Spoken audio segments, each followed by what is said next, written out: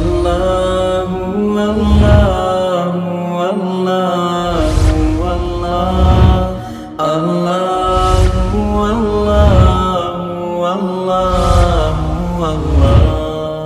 اللہ اللہ۔ بسم اللہ الرحمن الرحیم۔ ہدایت النحو کا 7واں باب ہے، اس میں مبنی سبق نمبر 12 میں خوش آمدید۔ وہ اسماء ہم پڑھ رہے ہیں جو کہ مبنی ہیں۔ آج کے سبق کے اندر انہی میں سے 2 اسم پڑھیں گے، ایک اس میں اسم ہے اسم صوت اور دوسرا ہے اسم مرکب۔ عبارت دیکھ لیں، اس کا ترجمہ کرتے ہیں اور آخر میں اس کی تشریح کرتے ہیں۔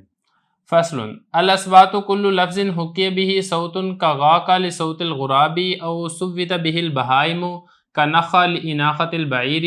فصل المرکبات کل اسم رکب من کلمتین لیست بینہما نسبۃ فإن تضمن الثانی حرفا یجب بناءہما علی الفتح كأحد عشر إلى 19 إلا 12 فإنها معربة كالمثنى وإن لم يتضمن ذلك ففيها لغات أفصحها بناء الأول على الفتح وإعراب الثاني غير منصرف كبعل بكة نحو جاءني بعل بكة رأيت بعل بكة مررت ببعل بكة۔ عبارت ہوگی ہے، ترجمہ ہو گیا، چلتے ہیں اس کی تشریح کی طرف۔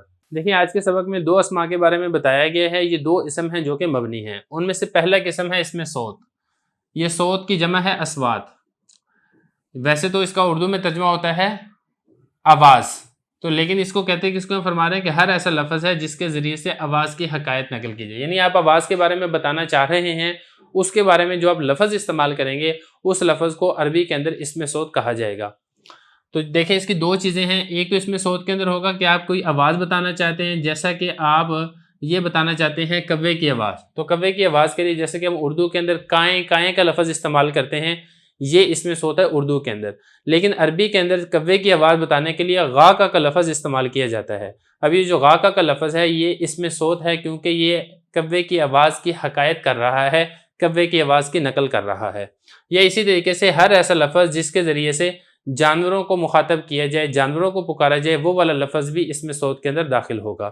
یہ فرمایا او صوت به البہائم، یہ ایسا لفظ جس کے ذریعے سے جانوروں کو آواز دی جائے، جیسا کہ عرب کے لوگ اونٹ کو بٹھانے کے لیے نخا کا لفظ استعمال کیا کرتے تھے، نخا نخا کہتے تھے تو اونٹ بیٹھ جاتا تھا۔ تو یہ فرمایا کہ جو نخا کا لفظ ہے لاناخۃ البعیر، اونٹ کو بٹھانے کے لیے یہ والا لفظ استعمال کیا جاتا ہے، تو لہذا نخا کا لفظ یہ بھی اس میں صوت ہے۔ تو لہذا خلاصہ یہ ہے کہ اس میں صوت کا کوئی بھی لفظ ہو وہ سارے کے سارے لفظ ہی مبنی ہوں گے۔ جیسے غا کا ہے نا، اس نے غا کا ہی رہنا ہے، چاہے اس کے آگے پیچھے کچھ بھی آتا رہے۔ اسی طریقے جو نخا ہے یہ نخا ہی رہے گا، یہ نخو یا نخی نہیں ہوگا۔ تو یہاں تک اس میں صوت مکمل ہو گیا۔ اب اس کے بعد فصل، اگلی فصل جو ہے وہ اس میں مرکب کے بارے میں ہے۔ سب سے پہلی بات تو آپ یہ سمجھیں کہ اس کو مرکبات میں جو الف لام ہے، یہ الف لام جنس کا داخل ہے، لہذا اس سے جمعیت والا معنی باطل ہو چکا ہے۔ تو اب آپ نے اس کو یہ کہنا ہے المرکب، مرکب ہر ایسا اسم ہے۔ تو دیکھیں جب اس میں مبنی کی ہم بات کرتے ہیں مرکب کی، تو اس سے کون سا مرکب مراد ہے؟ آیا اس سے مراد مرکب مفید ہے؟ آیا اس سے مراد مرکب اضافی ہے؟ آیا اس سے مراد مرکب توصیفی ہے؟ کون سا مرکب ہے؟ تو آگے خود ہی وضاحت کر دی، ہر ایسا اسم ہے جس کو 2 کلموں سے جوڑا جائے لیکن ان دونوں کے درمیان کوئی نسبت نہ ہو۔ اب نسبت ہونے سے کیا مراد ہے؟ دیکھیں نسبت کی مختلف قسمیں ہوتی ہیں۔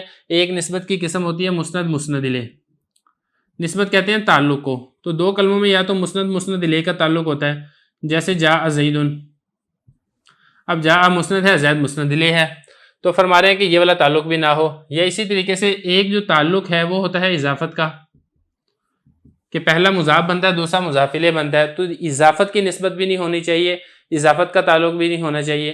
یا اسی طریقے سے جو ایک تعلق ہے، ایک نسبت ہے، وہ توصیفی ہوتی ہے کہ ایک موصوف بنتا ہے دوسرا اس کی صفت بنتا ہے۔ تو فرما رہے ہیں کہ کسی قسم کا نسبت کا کوئی تعلق نہیں ہونا چاہیے، بس ایسے ہی 2 لفظوں کو جوڑ دیا جائے تو یہ اس میں مرکب ہے۔ یہ فرمایا کہ ہر ایسا اسم ہے جس کو 2 کلموں سے جوڑا جائے۔ اب اسے یہاں پہ ایک بات اور آپ نے سمجھنے کی ہے، وہ یہ ہے کہ 2 کلمے کہا ہے، 2 اسم نہیں کہا ہے۔ دیکھیں کلمے اس لیے کہا ہے کہ بعض اوقات ایسا ہوتا ہے کہ ایک ان میں اسم ہوتا ہے دوسرا اس میں فعل ہوتا ہے، جیسے بخت نصر، اب نصر یہ فعل ہے جو بخت کے ساتھ جوڑ دیا گیا ہے۔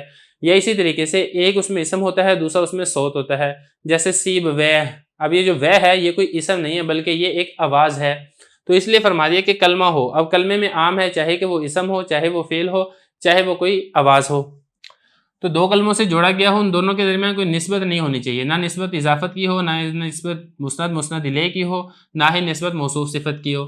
فَإِن تَضَمَّنَ ثَانِي حرفن، اچھا اس میں دو قسمیں ہیں اب اس کے بعد جس میں مرکب ہے. اس کی پہلی قسم تو یہ ہے کہ جو دوسرا لفظ ہے، جو دوسرا کلمہ ہے جس کو جوڑا گیا ہے، اس سے پہلے کوئی نہ کوئی حرف ہوگا، یا تو اس سے پہلے کوئی حرف ہوگا یا اس سے پہلے کوئی حرف نہیں ہوگا. تو اس اعتبار سے اس کی دو قسمیں بیان کی گئی ہیں جو ایک ایک کر کے بتائیں گے. تو فرمایا فَإِن تَضَمَّنَ ثَانِي حرفن يَجِبُ بِنَاؤُهُ عَلَى الْفَتْحِ، اگر جو دوسرا لفظ ہے یا دوسرا کلمہ ہے وہ کسی حرف کو متضمن ہو، یعنی اس لفظ اس اسم سے پہلے اس کلمے سے پہلے کوئی حرف ہو، تو پھر کیا کریں گے؟ پھر جو دو کلمے ہیں ان دونوں کلموں کو آپ نے مبنی پر فتح پڑھنا ہے، یعنی ان دونوں کلموں کے آخر کے اوپر آپ نے فتح پڑھنی ہے. جیسا کہ احد عشرہ سے لے کے تسعۃ عشرہ تک. اب یہ دیکھیں احد عشرہ ہے، اصل میں کیا تھا؟ احد و عشرون، تو دوسرا جو کلمہ اس سے پہلے واو ہے. اسی طریقے سے تسعۃ عشرہ، یہ عشرہ سے پہلے واو تھا. تسعۃ و عشرون، خمسۃ و عشرون، اربعۃ و عشرون، 11 سے لے کے 19 تک جتنے اعداد ہیں ساروں سے دوسرے جو جز ہے اس سے پہلے واو موجود ہوتا ہے، حرف کو یہ متضمن ہوتا ہے، لہذا آپ نے دونوں کے آخر میں فتح پڑھنا ہے. احد عشرہ، اسی طریقے سے ثلاثۃ عشرہ، اربعۃ عشرہ، خمسۃ عشرہ، تسعۃ عشرہ تک. لیکن جو اس نئی عشرہ ہے اس میں جو دو جز ہیں، اس میں جو پہلا جز ہے یہ مبنی پر فتح نہیں ہوگا بلکہ یہ مورب ہوگا. حالت رفیع کے اوپر تو آپ اس کو احد عشرہ ہی کی طرح پڑھیں گے، لیکن حالت نسبی اور حالت جری کے اندر آپ اس کو پڑھیں گے اثنی عشرہ. وجہ یہ ہے کہ اس کی مشابہت ہے تثنیہ کے ساتھ. جس طریقے سے تثنیہ کے اندر حالت نسبی اور حالت جری میں یا ماقبل مفتوح ہوتا ہے، بالکل اسی طرح آپ اثنی عشرہ کا جو پہلا جز ہے اثنی، اس میں بھی آپ ایسے ہی کریں گے کہ یا ساکن ماقبل مفتوح پڑھیں گے. یہ فرمایا سوائے اثنی عشرہ کے فَإِنَّهَا مُعْرَبَةٌ، یہ جو اثنی عشرہ ہے یہ مورب ہے. مورب سے مراد یہ کہ اس کا جو پہلا جز ہے وہ مورب ہے، تثنیہ کی طرح اس کا اعراب ہوگا. وَإِن لَّمْ يَتَضَمَّن ذَلِكَ فَفِيهَا لُغَاتٌ، اور اگر جو دوسرا جز ہے یا دوسرا مرکب میں سے جو دوسرا اسم ہے، دوسرا کلمہ ہے، وہ کسی حرف کو متضمن نہیں ہے، یعنی اس سے پہلے کوئی حرف نہیں ہے، فَفِيهَا لُغَاتٌ، تو پھر اس کے اندر کئی لغات ہیں، کئی طریقے ہیں جس کو اس میں پڑھا گیا ہے. اب وہ کون کون سے طریقے ہیں حضرت نے یہاں پہ ذکر نہیں کیا، یہاں پہ صرف فصیح ترین لغت ذکر کی ہے، لیکن میں آپ کے سامنے دو تین لغات بتا دیتا ہوں. ایک لغت تو اس کے اندر یہ ذکر کی گئی ہے کہ دونوں جز کو آپ مبنی پر فتح پڑھ دیں. جیسے با لبکا ہے نا، اس کو آپ پڑھیں جاءنی با لبکا، رأیت با لبکا، مررت ببا لبکا، دونوں کو مبنی پر فتح پڑھیں. ایک لغت یہ ہے. ایک لغت اس کے اندر یہ ہے کہ آپ پہلے کو تو مبنی پر فتح پڑھیں، دوسرے کو آپ مضاف الیہ ہونے کی وجہ سے جر پڑھ دیں. جیسے با لبکی، رأیت با لبکی، مررت ببا لبکی.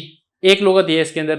اور ایک لغت جس کو فصیح ترین لغت قرار دیا گیا ہے وہ یہ ہے کہ جو پہلا جز ہے وہ تو مبنی پر فتح ہو، اور جو دوسرا جز ہے اس کے اوپر آپ نے غیر منصرف والا اعراب پڑھنا ہے. یعنی اگر حالت رفیع ہے تو ضمہ پڑھیں گے، حالت نصبی اور جری میں اس کے اوپر فتح پڑھیں گے. یہ فرمایا کہ ففیہا لغات، اس کے اندر لغات ہیں. میں نے آپ کو 3 لغتیں بتا دی ہیں. حضرت فرما رہے ہیں کہ ان لغات میں سے جو فصیح ترین لغت ہے وہ یہ ہے کہ پہلے کو مبنی پر فتح پڑھیں، و اعراب ثانی غیر منصرف، اور جو دوسرے کا اعراب ہے وہ غیر منصرف والا اعراب پڑھیں. اب جیسے با لبک ہے نا، اس میں پہلا جز ہے بالا، اس میں لام پر آپ نے فتح ہی پڑھنا ہے، مبنی پر فتح ہوگا. جانی بالا، رأیت بالا، مررت ببالا. لیکن جو دوسرا جز ہے اس میں آپ غیر منصرف والا اعراب پڑھیں گے. جیسا کہ یہاں پہ اب یہ چونکہ فاعل واقع ہو رہا ہے جا کا، لہٰذا اس کے اوپر آپ رفع پڑھیں گے جانی با لبک کو، اور یہاں پر مفعول واقع ہو رہا ہے تو آپ اس کے اوپر فتح یعنی نصب پڑھیں گے رأیت با لبک کا. اور یہاں پر بھی چونکہ جر واقع ہو رہا ہے با حرف جر کی وجہ سے، تو چونکہ آپ کو معلوم ہے کہ غیر منصرف کی حالت جری فتح کے ساتھ آتی ہے، اس لیے آپ اس کو پڑھیں گے مررت ببا لبک کا. تو اس طرح یہاں پر ہمارے اس میں صوت اور اس میں مرکب یہ مکمل ہو گیا ہے.